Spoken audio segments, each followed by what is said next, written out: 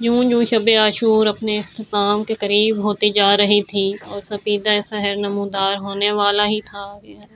امام حسین علیہ السلام کی اچانک مختصر سی آنکھ لگ گئی اور بیدار ہونے کے بعد اپنے اعصاب سے فرمایا، میں نے خواب میں دیکھا ہے کہ کچھ کتے مجھ پر بڑی شدت کے ساتھ حملہ آور ہو رہے ہیں، اور ان میں سے زیادہ حملے سیاہ و سفید رنگ کا کتا کر رہا ہے، جس سے معلوم ہوتا ہے اب میری شہادت قریب ہے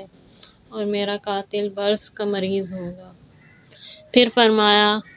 اس کے بعد میں نے رسول اللہ صلی اللہ علیہ وآلہ وسلم کو دیکھا کہ اپنے کچھ اصحاب کے ساتھ تشریف لائے ہیں اور فرما رہے ہیں کہ تم اس امت کے شہید ہو، آج رات کا کھانا تم نے ہمارے ساتھ کھانا ہے، بس اب جلدی کرو، دیر نہ کرو۔ تو اے میرے با وفا اور جانثار ساتھیوں، یہ خواب اس بات کی علامت ہے کہ میری اجل بہت قریب ہے اور بغیر کسی شک و تردید کے اس فانی دنیا سے بہت جلد کوچ کرنے والا ہوں۔ عاشور کی رات خیام حسینی میں عجیب جوش و خروش، جانثاری اور فداکاری کے مناظر وجود میں آ چکے تھے۔ کہیں کوئی اپنے جنگی ہتھیاروں کی دیکھ بھال کر رہا ہے تو کہیں پر کوئی اپنے رب کریم کی بارگاہ میں محو راز و نیاز ہے،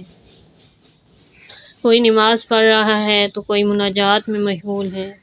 کہیں عبادت ہو رہی ہے، کہیں سے قرآن خوانی کے زمزمے بلند ہیں۔ روایات نے یہ الفاظ تاریخ کے سینے میں محفوظ کر دیے ہیں کہ خیام سے ایسی آوازیں بلند ہو رہی تھیں جیسے شہد کی مکھیوں کی آوازیں ہوتی ہیں، ملائکہ کی صفوں کی مانند، کوئی قیام میں ہے تو کوئی قعود میں، کوئی رکوع میں ہے تو کوئی سجود میں۔ غرض 10ویں کی رات آہستہ آہستہ اپنے اختتام کو پہنچ گئی اور سپیدہ سحر نے نمودار ہو کر اس تاریخی عاشورہ کی صبح کا اعلان کیا، جس کے لیے نبی کے نواسے اور علی و زہرا کے لگتے جگر نے اتنا بڑا سفر کیا، جس کی خبر انبیاء ماسلف اور خصوصیت کے ساتھ پیغمبر اسلام صلی اللہ علیہ وآلہ وسلم نے دی تھی۔ چنانچہ سلطان دین و دنیا کے معدود چند جانثاروں نے اپنے مالک حقیقی کی بارگاہ میں عجز و نیاز بجا لانے کے لیے نماز صبح کی تیاری کی۔ اس گرم و خشک اور لک و دک صحرا میں اذان کی آواز گونجی، توحید کی تکبیر اور بلند بانگ اعلان سے ہزاروں افراد پر مشتمل یزید کی پرستار شیطانی فوج کی نیندیں حرام ہو گئیں، اقامت کہی گئی اور امام زمانہ کی اقتداء میں نماز صبح ادا کی گئی، اور نماز کی تعقیبات اور معارف الہی پر مبنی تعلیمات کو امام الشہداء نے ایک مناجات کے ضمن بیان فرمایا۔ پروردگار عالم کی بارگاہ میں عرض کرتے ہیں، خداوندا تو ہر مشکل میں میری جائے پناہ ہے اور ہر سختی میں تو میرے لیے مایہ امید ہے اور مجھ پر نازل ہونے والی مصیبت میں میرا ملجا و ماوا ہے۔ پروردگارا، کس قدر رنج و غم ہے کہ دل جس سے شکستہ ہو چکے ہیں، تدبیریں جواب دے گئی ہیں، دوست ساتھ چھوڑ گئے ہیں اور دشمن خوشی منا رہے ہیں۔ اس کی شکایت میں تیری بارگاہ میں پیش کرتا ہوں، اس لیے کہ میری تمام امیدیں تیری ذات سے وابستہ ہیں، تیرے غیر سے نہیں۔ تو نے میری مشکلات حل فرمائی ہیں اور مصیبتیں دور فرمائی ہیں، بس تو ہی ہے ہر ایک کا ولی نعمت، تمام خوبیوں کا مالک اور تمام آرزوؤں کی انتہا۔ حضرت موسیٰ علیہ السلام نے بارگاہ خداوندی میں عرض کی، پروردگار، تو نے کس بنا پر پیغمبر صلی اللہ علیہ وآلہ وسلم حضرت محمد مصطفیٰ کی امت کو دوسرے انبیاء کی امتوں پر فضیلت عطا فرمائی ہے؟ ارشاد پروردگار ہوا 10 خصوصیات کی بنا پر: نماز، زکوٰۃ، روزہ، حج، جہاد، نماز جمعہ، نماز جماعت، قرآن، علم اور عاشورہ کی وجہ سے۔ موسیٰ نے عرض کیا، خداوندا، عاشورہ کیا ہے؟ تو اللہ نے فرمایا، محمد مصطفیٰ صلی اللہ علیہ وآلہ وسلم کے فرزند پر رونا، مرثیہ پڑھنا اور عزاداری کرنا۔ اے موسیٰ، اس زمانے میں میرے بندوں میں سے جو بندہ بھی میرے پیغمبر کے بیٹے کے غم میں روئے گا یا رونے کی صورت بنائے گا، میں ثواب کے طور پر اسے بہشت عطا کروں گا، اور میرے بندوں میں سے جو بھی بندہ میرے نبی کی بیٹی کے فرزند کی محبت کے لیے اپنا مال و دولت خرچ کرے گا، میں اسے دنیا میں ہر ایک درہم کے بدلے میں 70 درہم عطا کروں گا، اور آخرت میں اس کے گناہوں اور خود خطاؤں کو معاف کر کے بہشت کی نعمتوں سے مالا مال کر دوں گا۔ موسیٰ، مجھے اپنی عزت اور جلال کی قسم، جس کسی مرد یا عورت کی آنکھ سے ایک آنسو اس کے غم میں عاشورہ یا کسی بھی دن نکلے گا تو میں اسے 100 شہیدوں کے برابر ثواب عطا کروں گا۔ صبح عاشور ابا عبداللہ الحسین علیہ السلام نے تعقیبات نماز کے بعد کھڑے ہو کر اپنے اصحاب کے سامنے ان الفاظ میں خطبہ ارشاد فرمایا: بعد از حمد و صلوات، اللہ تعالیٰ نے تمہیں اجازت دی ہے کہ تم اپنا دفاع کرو اور آج کے دن جنگ کرو، کیونکہ تمہاری اور میری شہادت آج کے دن ہے۔ امام الشہداء نے یہ فرمایا اور بے شمار ٹڈی دل فوج کا مقابلہ کرنے کے لیے اپنے چند افراد پر مشتمل سپاہیوں کو خطاب کیا۔ الہی سپاہیوں کی مختلف تعداد مذکور ہے۔ ایک روایت کے مطابق 100 پیادے، 70 سوار، کل 170۔ دوسری روایت کے مطابق 100 پیادے، 30 سوار، کل 130۔ ایک اور روایت کے مطابق 82 پیادے، 45 سوار، جو کہ کل 127 ہیں۔ ان اعداد و شمار سے معلوم ہوتا ہے کہ ان کی کل تعداد 170 سے زیادہ اور 72 سے کم نہیں۔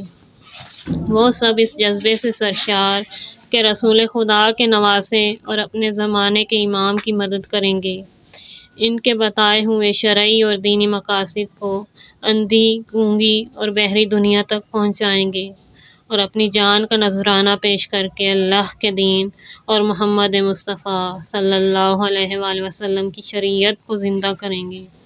چنانچہ وہ اس عقیدہ، یقین کامل اور حتمی اطمینان کے ساتھ بہشت، جنت اور حضرت رسالت مآب صلی اللہ علیہ وآلہ وسلم اور ان کے پاکیزہ اہل بیت کے پاس جانے کے لیے جنگ کے لیے تیار ہو گئے۔ پوری جرأت ایمانی سے لڑے، ہتھیار نہیں ڈالے، دشمن کو قتل کیا، مگر کسی کے ہاتھوں قیدی نہیں ہوئے، یہاں تک لڑے کہ جان تک قربان کر دی، اور شہادت کے عظیم المثال اور بے نظیر منصب کو حاصل کر لیا۔ جنگ کے دوران اپنا اور خاندان علم و سعادت اور شرافت و فضیلت کا تعارف کرایا۔ دین الہی کے تحفظ کا خدائی فریضہ پورا کر کے سرخ روح ہو کر اپنے اللہ کی بارگاہ میں جا پہنچے۔ عمر سعد نے اپنی ٹڈی دل فوج اور بے شمار لشکر و سپاہ کو آمادہ ہونے کا حکم دیا اور اسے مرتب کرنے لگ گیا۔ یہاں پر مناسب معلوم ہوتا ہے ہم ایک مرتبہ پھر یزیدی فوج کی تعداد اور اس کے کمانڈوں کا جائزہ لیں، تاکہ معلوم ہو کہ 72 یا زیادہ سے زیادہ 150-200 افراد کے ساتھ لڑنے کے لیے کتنی تعداد میں فوج جمع ہوئی اور کیا نتیجہ نکلا۔ البتہ یاد رہے ہم 5 محرم کے حالات میں بیان کر چکے ہیں کہ یزید کی ریگولر یعنی باقاعدہ فوج کی تعداد کیا تھی، اور یہ تعداد 5 محرم تک تھی، جبکہ 10 محرم تک اس فوج کی تعداد کچھ اس طرح تھی جسے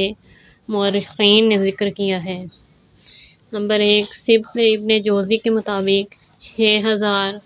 سید ابن طاؤس کے مطابق 20,000، عاصم کوفی کے مطابق 20,000، صاحب مطالب الصول کے مطابق 22,000، علامہ مجلسی کے مطابق 30,000، ابن شہر اشوب کے مطابق 35,000،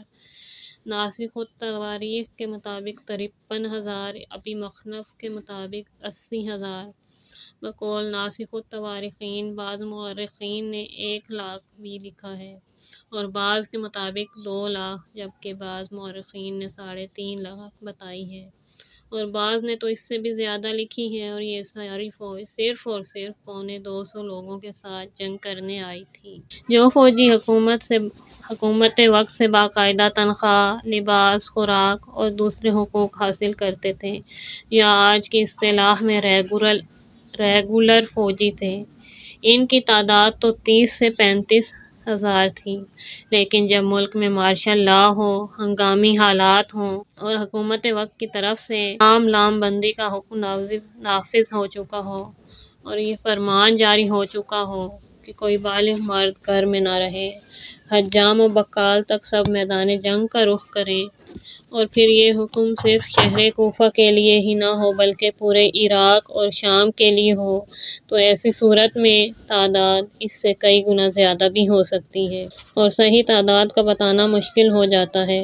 لہٰذا اگر کوئی مورخ 30,000 یا 33,000 لکھتا ہے